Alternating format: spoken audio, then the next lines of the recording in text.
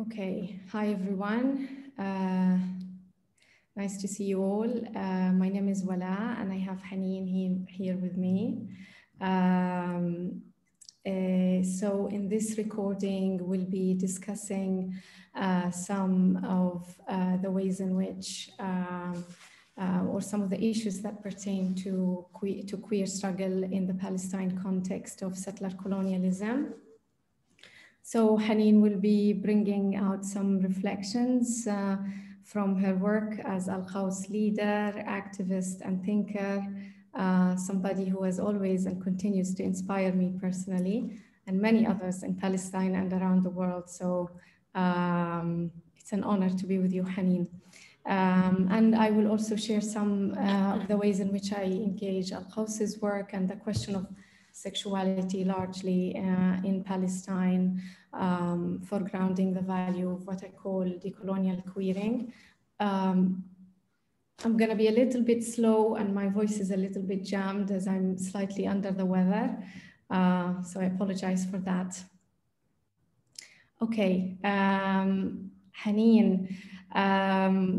So we were talking, Haneen and I, just a few minutes ago about how to start this conversation. And some of the ideas that we threw in the pot, and I think something that we both of us see relevant to start out with is in relation to the idea of violence and the particularity of violence in the context of Palestine, and also the ways in which it has come to shape the experience of Al-Qaus and many individuals with it, and the kind of questions that emanates in relation to the structure of settler colonial violence, Zionist settler colonialism, but also the many layers within that in relation to Palestinian National Project and or recent incidents of violence that pertains to Palestinian Authority police in the context of Al-Qaus's work in the West Bank, right? So Haneen, would you like to kick off with some reflections about that and how these kind of questions continue to shape the ways in which Al-Qaus navigates its work, but also the implications of that on people's lives, and also how much inspiration can we take from these lives and the ways in which they navigate all these complex layers in Palestine. Thank you, Wala. It's really good to be part of this initiative, and also it's amazing to continue this dialogue with Wala. It's true that we discussed how to start this conversation, but this conversation and this dialogue started a long time ago, right? From being like part of organizing or like wishing to organize in Palestine towards some kind of change we both aspire to, and a lot of our friends. So I'm happy to share this dialogue or part of these dialogues with this network. And yes, I think our conversation reminded me of this and recent events happening in Palestine and in relation to the queer movement in Palestine, always like brought into the discussion, this like tension or like artificial like kind of arguments around the differences or like the split, the imaginary split between right patriarchal and like violence and economic violence and also colonial violence, right? And Al-Qaus from the beginning tried to say that okay, like sometimes in our daily life as a colonized like subjects and like overwhelmed with so many like, you know, concerns and like different kinds of problems, this like kind of split, and even if you are like more marginalized, right? If you are a woman or like a queer, like I understand how naturally you would like start thinking about like a hierarchy of violence, right? Especially that our own society convinces us in the hierarchy of violence, right? So we start, and also like identity politics that pushes us to do that, right? Our the violence is on our body is like patriarchal violence, it's sexual and gender violence, and we should, as queer movement, focus there. And I always challenge like friends how you can like tell when patriarchy start and colonialism ends, right? And I think that brings me to share with you some recent like events in Palestine that I think for the first time it's showing not only the leaders inside Al-Qaus, but also to the larger kind of Palestinian groups, how you cannot really separate, right? And how you cannot isolate your sexual and gender diversity from different kind of violence, and how everything is so interconnected and impacting us in ways that sometimes it's hard to explain, right? And I think two examples I would love to share. One is a statement issued by the Palestinian police institution, part of the Palestinian Authority, banning Al-Qaus activities in the West Bank. Al-Qaus works in the West Bank before the finish of the apartheid wall, right? That's a long time ago. That's before any other like groups also built some kind of a grassroots groups inside the West Bank. So working in the West Bank, that like the ban on our activities, it like sounds like, oh, Al-Qaus now entered the West Bank, and right, like some kind of an external body coming into this like traditional group of people, right, have no connection to each other and imposing something that's going to destroy the society. We have this argument in so many countries and in so many groups. That's not unique, right?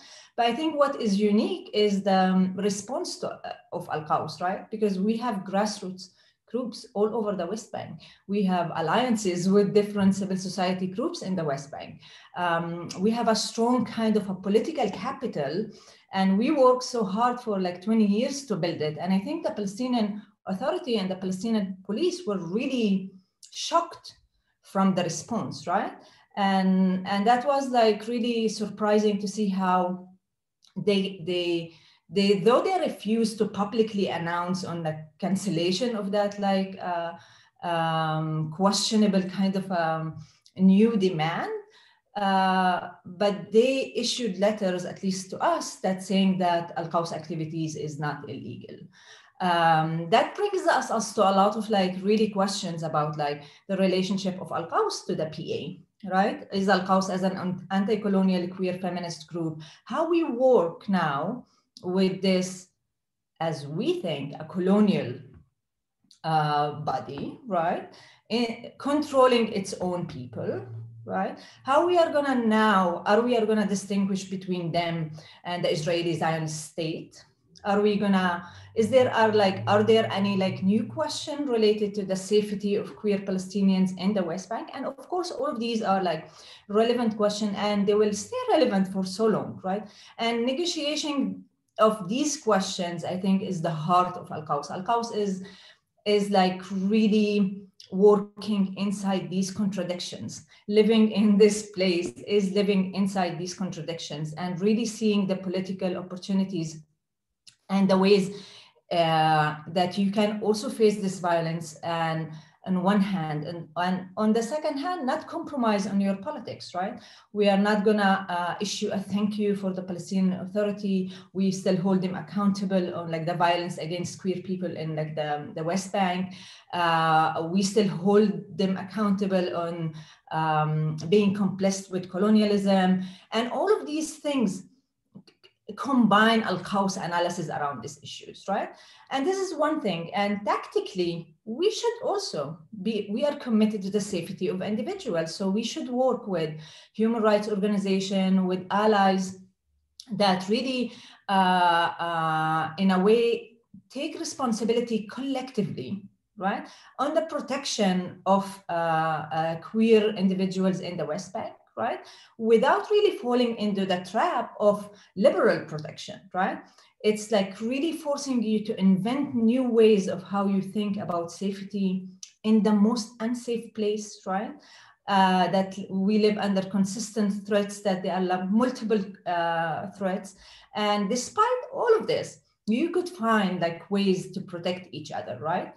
And that like goes to the most strong aspect of Al-Qaws as a grassroots movement is its relationship with each other, with between the different groups, between us and a lot of like allies. These consistent like commitment to build these relationships, not as like, you know, fake alliances, but like one that really also center contradiction, center that these allies sometimes homophobic, sometimes they don't have any like knowledge, right? And Al-Qaws activists that sometimes did from fear, real fear of like their lives, right? But like really committing to have these conversation and not centering the state, right? Or their violence and go talk with them. I think this is what we are trying to shift in how we talk about these things. I will stop here, Wala, and maybe we can go to the second example once you... Thank you, Haneen. These are important reflections and very insightful indeed. And again, it brings out all of these complex dynamics of living under a settler colonial regime, where you have also the, now dealing with another layer, which is a comprador class, the PA, and since the Oslo normalization with Israel, and the ways in which this quote unquote national project has succumbed to reproducing the very structure of our subjugation. So I cannot help but think also of the ways in which, for example, larger segment of Palestinian society now is dealing with BA bureaucracy, even in terms of the issuance of healthcare transfers, right, to hospitals, and being denied of that under the remit of nationalizing the health system. So how much this, this kind of idea of nationalism which has also become clearer to many Palestinians, right, that this is nothing but a comprador class working to maintain. It's become an institution that works hand in hand with the occupiers and with the colonizers.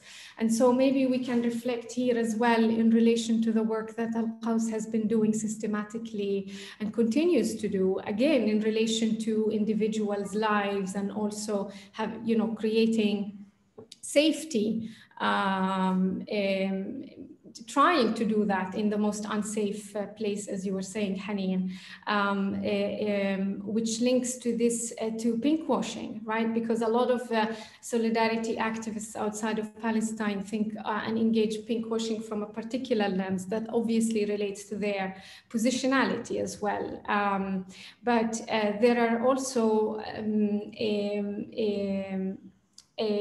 pinkwashing also seeps into Palestinian society. And that's where, queer struggle in Palestine is not just limited to certain individuals only, but it also tackles so many layers and questions that are relevant to Palestinian society at large. So when we think of pinkwashing, we're thinking also of the political impact, right, and psychosocial impact of the settler colonial regime, and the ways in which, this idea of you as a queer person, your only haven or your only shelter is Israel, right? Because your communities are homophobic and there is no way else for you to survive and to live. And so how much that locks native Palestinians within the parameters of colonization, which again tallies with what the PA does on a political level, right? How much that kind of idea of the lived experiences, the individual, when we talk about individuals and the embodied experiences of queer Palestinians, tallies also with larger questions, and also reflect the kind of dynamics in which we are supposed to be locked in relation to our colonizer, reflects also what's happened on the, the subjective lens, kind of reflects the objective lens, what's happening on the kind of larger political questions. And so how do these echo one another, and how much here Alqaus sees its role maybe in relation to liberation, and what kind of liberation praxis is it trying to kind of maintain? Not in the romantic sense of, we are the heroes who are gonna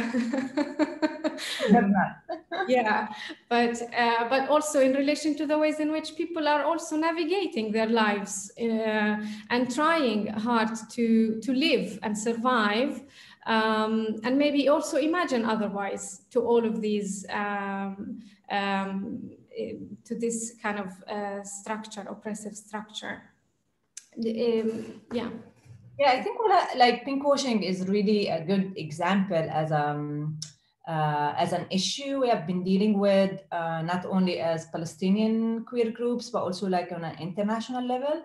And I think it brings together a lot of dynamic that is relevant to this conversation and to this like conference too, right? Like what is Alqaus was met with, or let's start from the beginning, like colonial violence and like really using the framework of pinkwashing. It's been a lot articulated from the outside, right? You have a lot of like international and Israeli queer activists who's fighting, who invented this this framework and this analysis. Israel invented this framework and analysis, and its goal is violence on the bodies of queer Palestinian and Palestinian society in general, right? And I think what Alqaus did in like recent years, and I think that's an example we could use, is really we took ownership on that like analysis and framework, right? And we looked on our experience as individuals and leaders and activists in the movement. We looked at our friends who ask for help and assistance dealing with violence, whether it's like familial violence or like social violence or persecution from the PA, right? And we started to see a different picture. We started to see that pinkwashing is not a propaganda. Yeah, it is propaganda, but you are as an international activist, LGBT, whatever, you are the target, right? It's calling you to be complicit with the Zionist project. But in this, and it's important to tackle, right? But what we forgot in these like 10 years old conversation and dynamic and a lot of like violence inside this like dynamic with a lot of international solidarity groups, that's the main target of pinkwashing is Palestinian queers. And that pinkwashing, it's a colonial violence, right? And once these things clicked, of course, they didn't click because we read articles and books, because we really listened to the new trends from the ground, right? And we really tried to look inside and see how this violence is impacting us, right? And the first thing is just not like, it's like colonial violence is not only, like pinkwashing is not only like erasing your history, right? It's erasing your future. Right? And pinkwashing is basically saying to a lot of queer Palestinians, especially young queer Palestinians, that they have no future living in their own society. Their queerness is impossible to be reflected in where they live, right? It telling them that their only problem is the violence from their society. And that violence is just a sickness rooted in their families. It tells them that their family hates them. It tells them that there is no Alqaus or other queer group and there is no progressive groups in Palestine. There is no hope, right? And I think if Palestine, and this is maybe a call that I should not do in this platform, but pinkwashing should concern Palestinian society because it's the most lived like example of how colonial violence has been developing itself and changing, right? And we as Palestinian society, we still fight it the same way, right? And I think, and the solution that Alqaus have is to work with queer youth in Palestine. That's the only way to really deal with this violence, challenge myths about society, really look at open spaces for queer youth to discuss their experience. And you know, it's like, what's this like cliche that teachers, good teachers help their student explore things, not telling them things, right?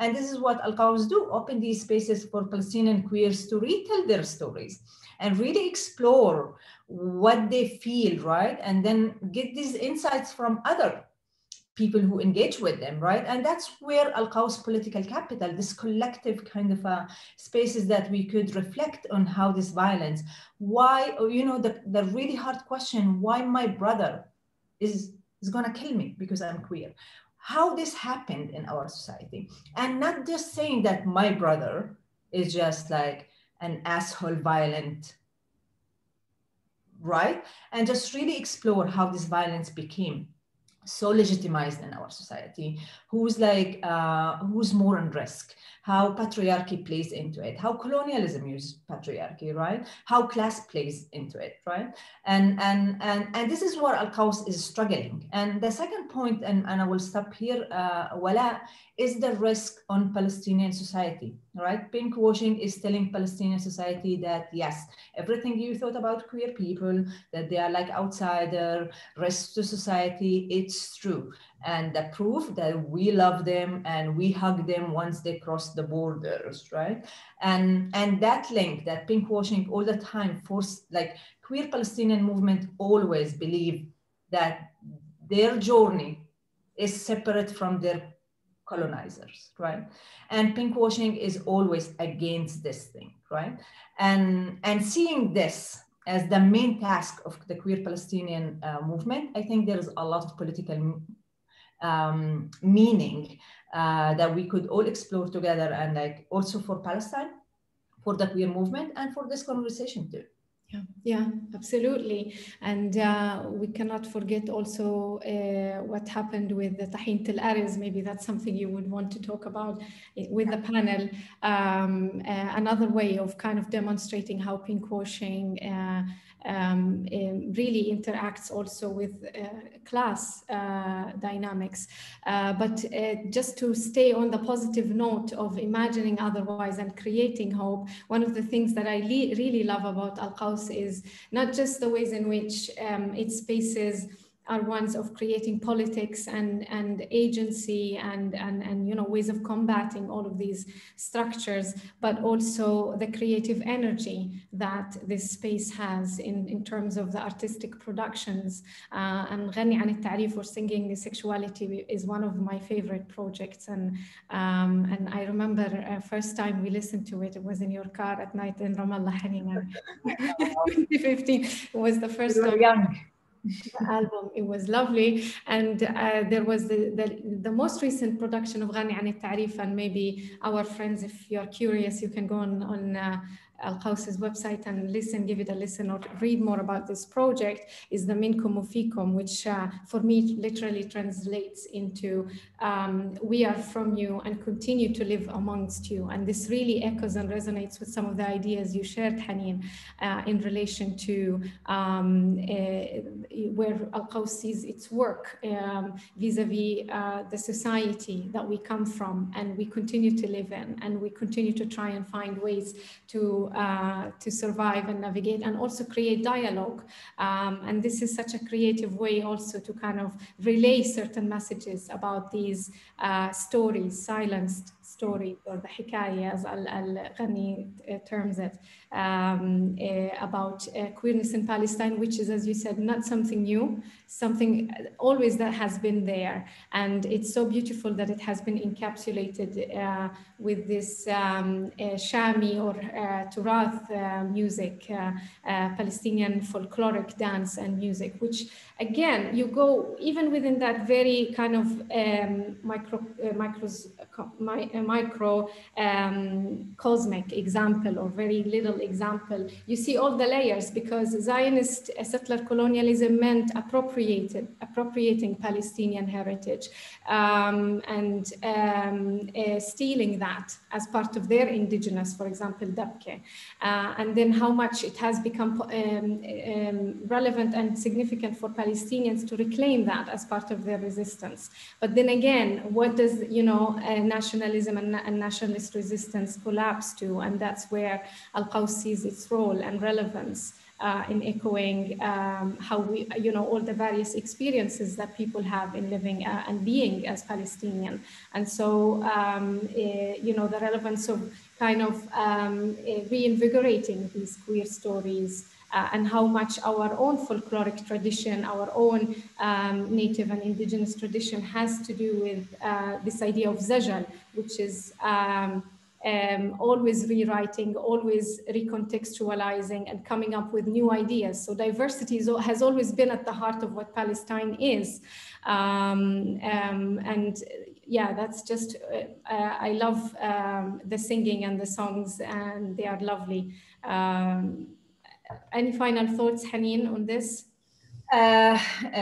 Thank you for bringing this up. It's one of my favorite projects, because it's, in a way, we keep thinking about like the praxis of Al-Qaws and centering decolonization and like the relationship between like the people inside Al-Qaws and centering our own experiences, right? And we had to spend like decades telling our story to ourselves.